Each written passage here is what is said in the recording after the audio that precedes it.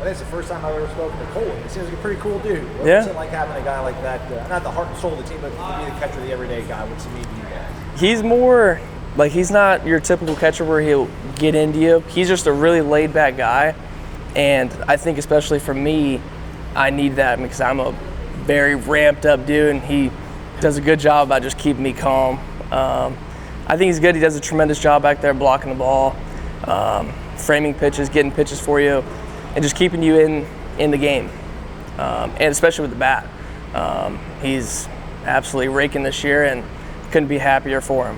How wild is it watching him right now just hit lasers?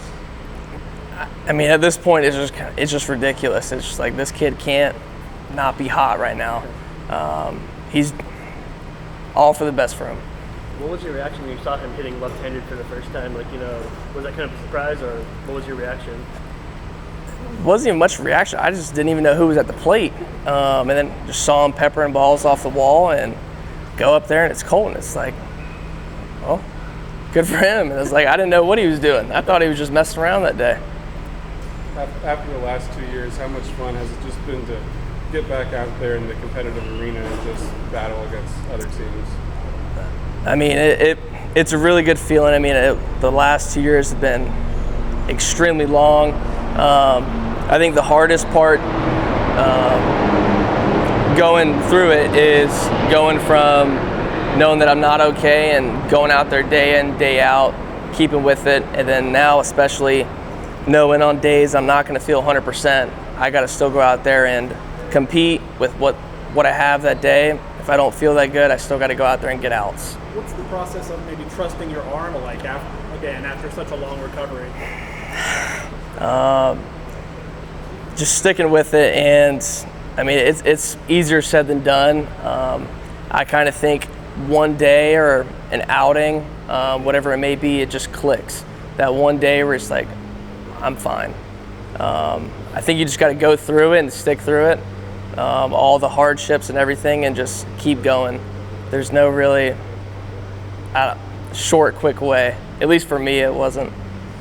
When you went down a couple years ago, you were still kind of making that transition to being a pitcher only. Mm-hmm. So when you're out and you're trying to go through rehab and you're also trying to learn kind of the intricacies of pitching, I guess just how hard was that in developing on the mound while also trying to get back from injury?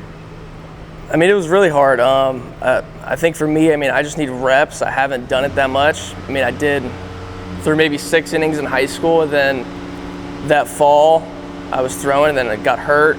I think a lot of it was just watching guys like Parker, Tyler Ahern, Hunter Purdue, and guys like that, just seeing what works for them, trying to nitpicking from different guys and just trying to learn and just work at it from that. I mean, it was mostly just messing around on the mound. I mean, obviously I couldn't throw, but I was just watching like nothing else, just to try to learn as much as I could.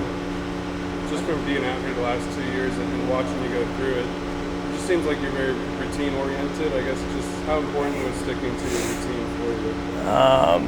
I mean, it changes, but now I'm kind of dialed in on it. I was with Stoney for a while, and it got very long, and it's mostly now just been kind of dialing it back and understanding I don't need to spend an hour and a half in the training room before, spend an hour out there warming up, and then pick up a baseball. But it's shortened up a lot, and I like where my routine is at, and I stick with it. I mean, you have to. I mean, you need something to rely on whenever you're not doing good, just to fall back on, just to keep you going through it. What's your mentality like? As you mentioned, your stuff is not your best. You're not feeling 100%. What's your mentality on the mound of how you're going to approach hitters? Probably can't say that on camera, but it's mostly just going out there and knowing that I'm better than you. You have to beat me, whether I have my worst stuff or not. You're still going to get the best of what I have that day, and if you beat me, tip of the cap to you. But it's mostly just kind of just that. Say you're amped on the mound. Is it like a Parker Messick, like do you run hot like he does, or do you try and subdue that? I guess where do you kind of fall on that spectrum? I would say Not really like Parker. It's mostly kind of just a lot of emotion just over the past 2 years that have just built up, and it's everything I've worked towards being back out there. So I think it's more kind of emotional, but also just like kind of how I'm wired as a person, kind of a little bit of intense, and some may say maybe a little bit angry, but yeah, that's kind of my mentality up there. Let's go last one. As a staff going into the Pittsburgh series, what do you guys need to do better to, get, maybe longer outings so you're not using Whitaker or Crowell every single game? I just hope they don't hit like FGCU. I mean, that was just unreal seeing that. But I mean, mostly just the starters, just first pitch strikes and just getting ahead in counts and limiting the free 90s and hit by pitches. I mean, you're going to get hits off you, but just limiting the free stuff that you can control is what's going to be key for us. Awesome. Appreciate it. Thank you.